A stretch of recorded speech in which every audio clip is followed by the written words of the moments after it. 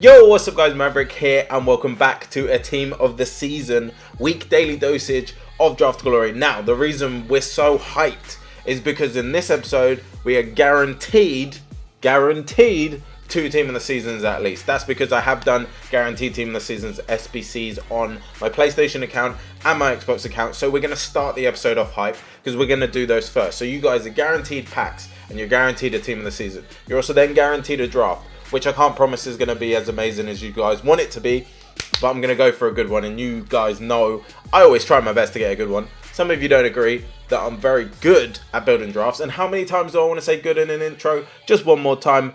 Let's good and go get it. That doesn't even make it. That doesn't make any sense. Whatever. We're going to move on, and we're going to go into this account. This is my PlayStation account. I need it because my club is empty, bar this team.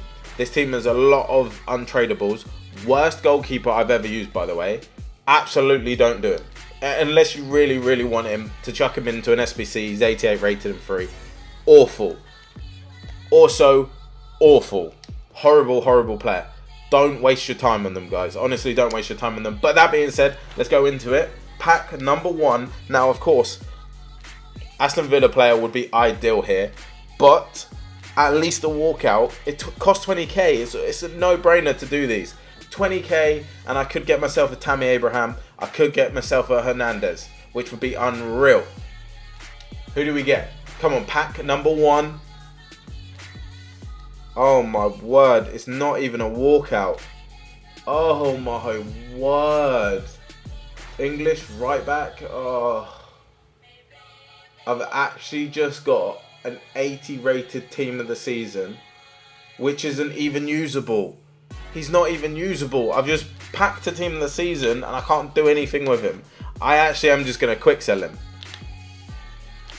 Gone. Bye. See you later. What's the point in that? Anyway, moving over to the Xbox account. We can't do that badly twice. Please at least be a walkout. My word.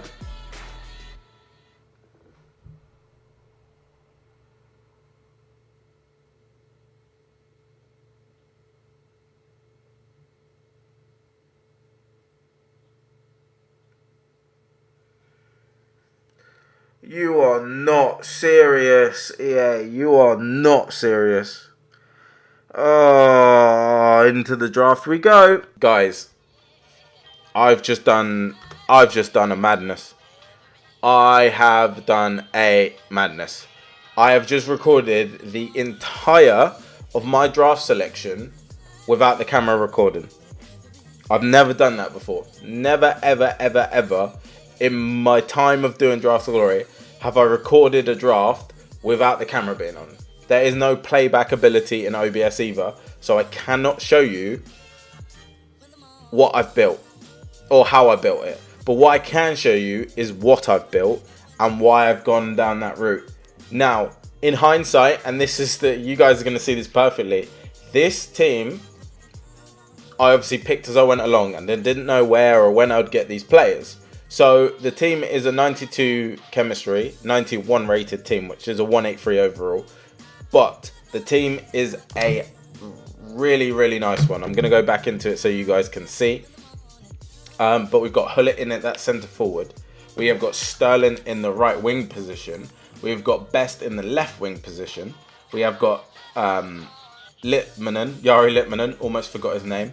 We've got N'Golo Kante on 7 chem. We've got Varane on 7. We've got Marcelo on 10. Van Dijk on 7. De Gea on 7. We've got Zanetti in right back. We've got team of the season Musa Sissoko. On the bench, we've got team of the season Telles, who I really, really want to try out. You compare him to Marcelo, team of the year, and he's fairly close. He's faster, obviously, better shooting, defending slightly less, physical slightly less. But with the right chem style on these guys, especially an anchor on this Telles, I don't think it would matter too much in game. They're 5'11" for Telles, then you've got 5'9" for Marcelo. So Telles, realistically, with his increase in height and obviously his jumping stats in comparison to Marcelo's only 84, I think this Telles would actually be more usable at left back for me than team of the year Marcelo. and I think we might see more of him being used, especially by some of the pros potentially in that left back slot. He gives you better shooting stats, he gives you more pace, and he gives you better jumping.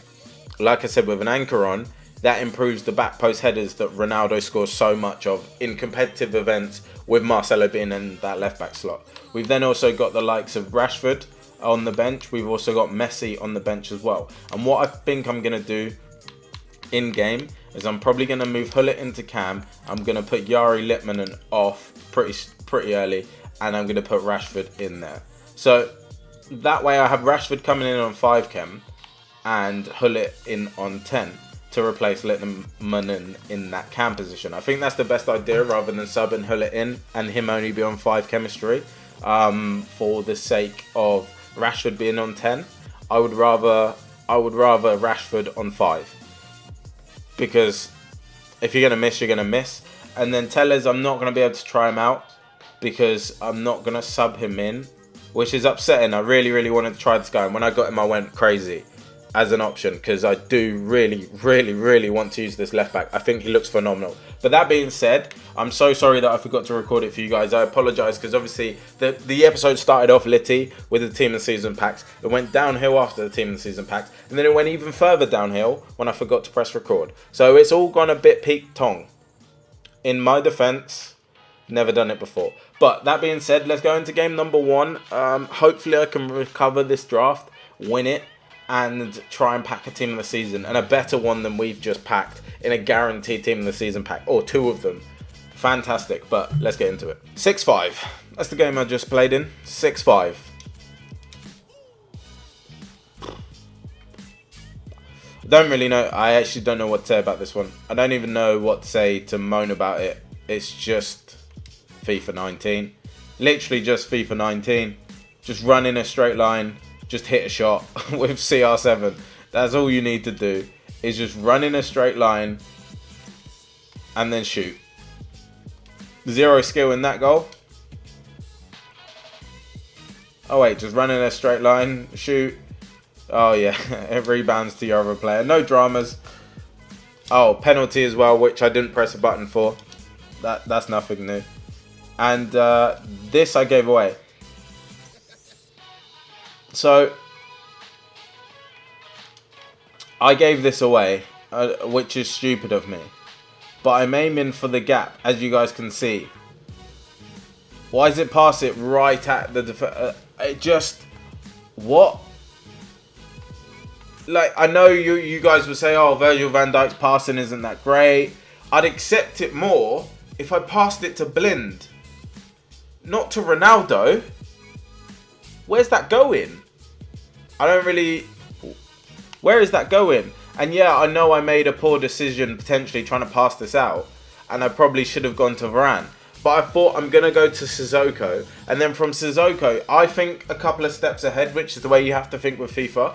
I don't think about, oh, pass by pass by pass, right? So I'm thinking, right, once I've passed it into Sissoko, from Sissoko I'm going to go into Hullet, and then I've got an out, then I'm out past the pressure. Whereas here, I'm thinking if I go into Varane, I've then got the pressure of picking the pass of Kante who's marked, or Marcelo who's marked, right? So this is dangerous in my opinion. This is much more dangerous to go to Varane. Yes, it's dangerous anyway to try and play here into Sissoko, but it's much better because even so, if he got really tight with Ronaldinho, who is behind, if he got really tight with him, I can spin out and go to my fullback, then go up the line to Sterling. But like I said, realistically, I'm thinking of going into Sissoko and then into Hullet, and then I'm out. And this game does this. It's just... And this is what makes it unplayable. Because why are you giving that ball away? Just, I know I've got assisted passing, but what are you assisting this pass to? Where are you assisting this? Other than to my opponent so that he's got a chance. You are purposefully... The game mechanics are purposefully giving this ball away here. It's confirmed. And people that try to tell me that scripting isn't a thing, that there aren't situations where the result is predetermined, you're waffling, because this is predetermined to go to Ronaldo. What are you... Why are you assisting a pass in that direction to Hullet, who's behind a player? No, That is not assisting me. That is killing me. That is throwing me under a bus. And then, yeah, obviously, he goes forward and sweats it to his centre-back. By the way, his centre-back in a free-back is there. I don't really... From a kickoff. From a goal kick. Mad. But, yeah, anyway. That's me spoken about that. That's said. But I just wanted to prove to you guys that it is a thing. People that say scripting and all of this is not a thing, it is a thing. This guy was terrible at this game. So the system assisted him as much as it could into score goals so that he wasn't battered. And that's just how this game works. It 100% is how it works. Anyway, that doesn't matter. I'm not. Look, I won, so I'm still happy. But I just wanted to show you that situation because it's what I do. I like talking about this stuff. And apologies if you're not interested in hearing this. I like to talk about the game and the state it's in because it's not in a good one. And for me, I really want FIFA to be better. And if you don't agree with me and don't want it to be better, that's up to you. And you have every right to have that opinion. But for me, I want it to be better and it needs to be better because this game is beyond and way below par. Way, way below it. We managed to get a rage quit here. 2-0 up. It was coming towards half time. He got himself a red card and he decided, I'm not in this game anymore. As you can see, I dominated the game. 91 pass accuracy, 57 possession, 2 shots, 2 on target. He had 2 shots as well, 2 on target. Goal number 1 was fairly normal. Fake shot inside, pass inside. Just simple. Really, really just simple football. That running fake shot is so OP, it's crazy. And then Sterling with the great finish. That's basically every goal he scored for City this year. Something along those lines. With the odd screamer thrown in there, which no one expects, but he manages to pull out. Again, accelerated fake shot, drag back, LB, cross into Lit, who just is not contested at all here. There's no contesting him. Like, no one's... And there's nothing you can do about it. I'm even aiming to the other side of the goal, but he says... Nah, not today. I'm putting it there. That's where I'm putting it.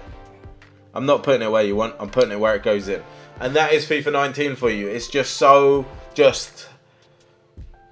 you do something mechanical like that was, and you score a goal. Even if you're not aiming in the right place, even if you're not aiming at the right person. I tried to cross it to Sterling. I tried to head it in the other direction. Yes, Sterling or Rashford. I tried to head it in the other direction. Doesn't happen, but I score. So we go into the next game, and I've played a few games, and I feel like I've played 20. I feel like I've gone a million rounds of Mike Tyson. That's how FIFA makes me feel now. But this is all about packing the TOTS. This is about the greater good, and we're gonna try and serve that. I hate being here so many times and just being this annoyed at a game because I shouldn't get this annoyed at a game, but I just can't. I recorded this game because as soon from when I pressed record in this game, I knew this game was going to be fishy. This guy was diving in, everything, but it didn't matter because you've got keeper movement, so I could get in behind him, and then he would move his keeper last minute when obviously, I've put the power on, I've put the direction on. I can't change it now. I can't change the side I'm going. Then he moves his keeper. So his keeper completely abandons one side of the goal. Whereas in real life, the striker would see the keeper move, not shoot, and just tap it in the other side. That's why keeper movement needs to go. Because it doesn't work. It doesn't make sense. And yes, keepers can move, but I've never seen a keeper, when a player's through on goal, completely move to one side. I've never seen it because it doesn't happen. And it's just, oh my word. This guy's goals. Let's look at them. Yes, I threw it away. By the way, I'm gonna freeze frame it here because I was aiming for Sterling, right? I wanted to throw that to Sterling because he's out in space and he's thrown it directly down the middle of the pitch to my striker. Okay, already a problem because it's thrown it where I've not aimed it.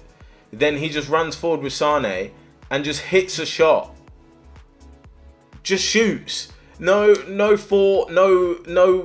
intelligence behind it. He just shoots. Bang. Oh, don't worry, he'll score. He will just score. The lowest, worst shot I've ever seen will just go in.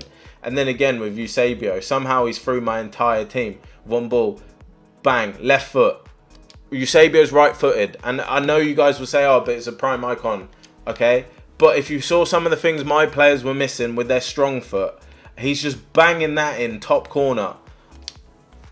It's just mindless. It really is just mindless.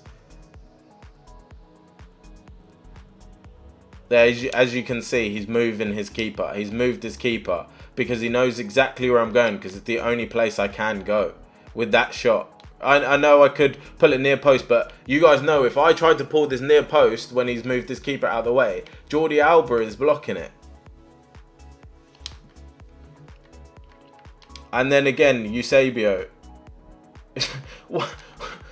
What is that for an interception from a player? I know where he's going, and look what he's done so that the pass is still completed.